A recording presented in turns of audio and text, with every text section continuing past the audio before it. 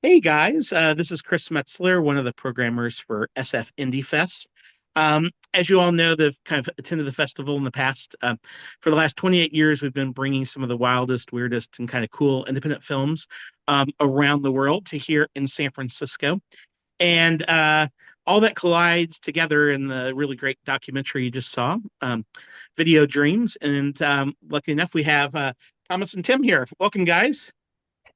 Hey, I'm Tom Seymour. I'm the director and editor of Video Dreams, a VHS Massacre story. And then Tim, maybe you want to introduce yourself? Sure. Yeah, I'm Tim Kulig. I'm the composer and executive producer of Video Dreams. Very cool. And I think many people often ask, like how does kind of a kind of filmmaker start kind of with a vision for a film and then kind of take that leap of faith, to make the film. So what kind of made you kind of go down that rabbit hole of hey, you know what? I need to turn this into a documentary. Yeah, well, it was so there's a number of things. I'm like a normal guy. I work at a community college. I have a family, and I didn't have a lot of ability to go out and shoot a lot of new stuff. And just of the things we've been through, let's say in the last 5 years, have been very reflective. And if I'm not working on something creative, I get real nervous. So, but what I did have was a lot of archive footage, and so a lot of my old films. And I was just feeling highly reflective. And I even went back and found old raw footage of some of the VHS stuff, some of my very first stuff I shot, and it all just started to slowly come together. First, I was doing little vignettes of just little pieces. I'd send Tim like a minute montage of music with old VHS with narration, and it just slowly built. It was built in the editing room, and I didn't know what it was until when it was done. I was like, "Oh yeah, this is like a prequel to the VHS Massacre documentaries." Yeah. Yeah, I'm lucky enough to be in a position that uh, Tom is comfortable and loves bouncing ideas off of me, and we bounce ideas off each other. And when he came up with this idea initially, I thought it was great. This retrospective, 30 years. Where'd we start? Where are we today? And how did we get there? Right? And what's beautiful about it is just there's so many elements of the last 3 decades that I had just forgotten. And being able to be in the driver's seat of understanding where Tom was coming from and the exploration and pulling this thing together. Every time that happened, uh, I just saw it build, and the excitement got bigger and bigger and bigger. Well, not to take too much of a tangent early on, but like, how did you kind of approach the music for this, film in the sense that like, you're wanting something that kind of works for the story, right? But then at the same time, you are telling a story of kind of a large scope of time. So like, yeah, what was the kind of approach to the music there, Tim?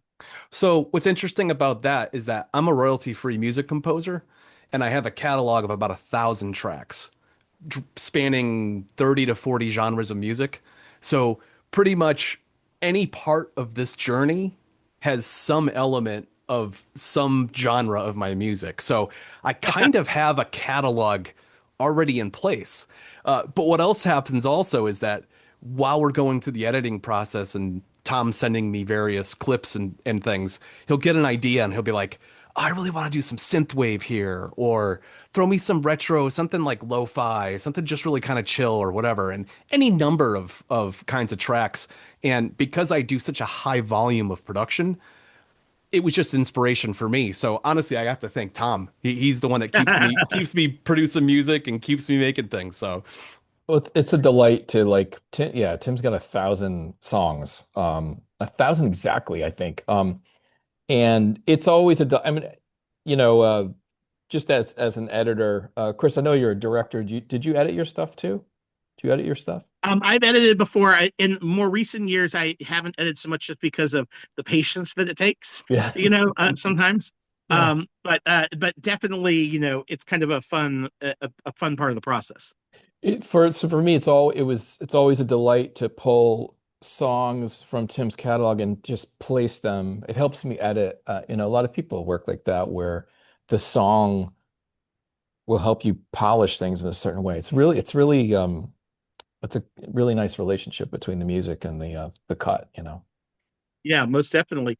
Well, so once, I mean, it's kind of neat just to kind of hear your kind of guys' enthusiasm and passion for it. Because, sometimes like when you cross the finish line with a film, you're like, oh man, I'm just so glad. Yeah. I'm so glad it's That's, over.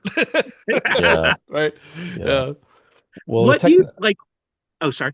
I was Oh going to no, just ask what, sorry.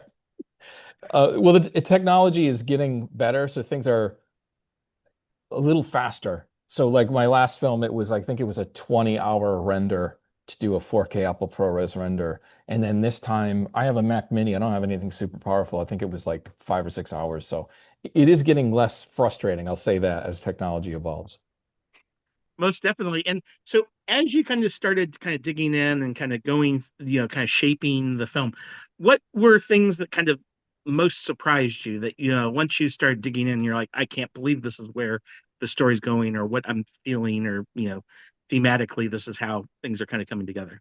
Yeah, it was a weird process. Like what I figured out was that like at first, like I said, I really didn't know what I was doing. I was taking a film. I was kind of doing like new director's commentaries, like from a film like 20 years old. I would do the whole commentary, cut it down to like 20 minutes worth of stuff. And I realized every feature I did only really had one or two good stories. So, but what I can do is just take those and start lining them up. So, yeah, I'm sorry. What was the question? What most surprised you, I guess, like, that maybe you're like, okay, yes, I'm going to do this. But then once you start doing it, you're like, oh, well, this isn't quite what I expected for good or bad. I probably always should have known it was gonna basically sync right back up to the last VHS Massacre film, like a prequel almost. Obviously, because we're going from the past to the present. But just when it happened, I was like, okay, I guess this is what it is. Like, it sounds ridiculous, but I wasn't intending to make like some kind of prequel documentary because what is that even? But yeah, so and I was also surprised that it was really personal and but I felt, creatively painted into a corner where it was like, I don't know what to do. I don't have much money for budgets. I'm just doing this. And I put it together. I would show Tim stuff. Tim is always very encouraging. But I'm blown away that people dig it and connect with it. Because, I'm always like, is this totally narcissistic? I'm talking about myself for 82 minutes, So it's really you never know what's gonna um resonate with people. I mean, it resonated with me on a level that, I mean, I've known Tom for 35, 40 years, and I've known his journey, but revisiting all of these individual films and going through this whole process and doing this retrospective, I can't, there's at least a half a dozen times I'm watching the footage and Tom's overtalk narrative finishing out one of the films that he went and did put out through distribution and everything, and whether he was happy, sad, or indifferent about the results or whatever, like I got choked up at least a half a dozen times, and I'm like, wow, like this really has been a journey, man. And to go from several movies of narrative to what we predominantly do now, which is documentary, and see how that paradigm shift happened and how now we're telling different kinds of stories, but those stories come about through exploration. And like Tom was saying earlier, to his point, we don't always know what the story is going to be. And then you get a third or halfway through the edit and you're like, wow, this is not what I thought it was going to be. And I'm fascinated. And then it just, all of a sudden it snowballs. And next thing you know, Tom's on this rampage to get 60, 70 minutes worth of rough cut to get an idea like, okay, how are we going to finish this? Like, what's the story? Like, like, what's the moral of it? How do we convey this? It Yeah, gets and I'm really, really exciting. sending him like, 10 cuts like in a week or something obnoxious. So it's well, yeah, I don't know. you Well, so obviously this isn't like an issue documentary, but I do wonder, like, um, when people leave the theater or finish watching it, like what's the kind of takeaway you think you would hope, is it for, do you want folks to kind of go and like pick up a camera and like go and make films or just kind of create art in their world? Or like, what's the, is there anything that like your hope is, or you just wanted them to be entertained by the I story? I do. I mean, it's like I always say, like you can with your art, you can lose hope and you can lose faith, but don't stop working on the art. Just don't stop working on the art, and like because you'll get through, and just yeah, just like don't give up. Like you can, um, you know, I don't think I've ever really, I don't think I've broken into the industry, but I think I've kind of had some staying power. So it's I seem to I have a lot of friends that just don't do it anymore. So I think I've been able Mm. to stand out um through I guess outlasting, versus breaking in. So hopefully that's true. One thing Kudos for the Tom's stamina. one thing Tom's got going for him is 100% authenticity when it comes to each and every project that he does. He's not beholden to anyone. So that I think speaks volumes to whatever product he produces when it comes to each individual movie and each successive project that we do. There's no compromise. It's about the story, it's about the art, it's about the exploration. Honestly, we just like exploring ideas. I mean, American Expendables was a perfect example. Exploring the film catalog of North American pictures was a fascinating little jaunt that we Yeah, did. yeah, that was like a doc about, yeah, North American Pictures Catalog was a Canadian film catalog of films. It had some cool stuff in there, Cynthia Rothrock kung fu stuff, but there wasn't really any movie that was like great. So in result, no one really made a doc about it. I think Red Scorpion was maybe their crowning jewel, which they Hmm. acquired. But But it was uh also that era, right, Tom? It was that era where a lot of things were direct to video.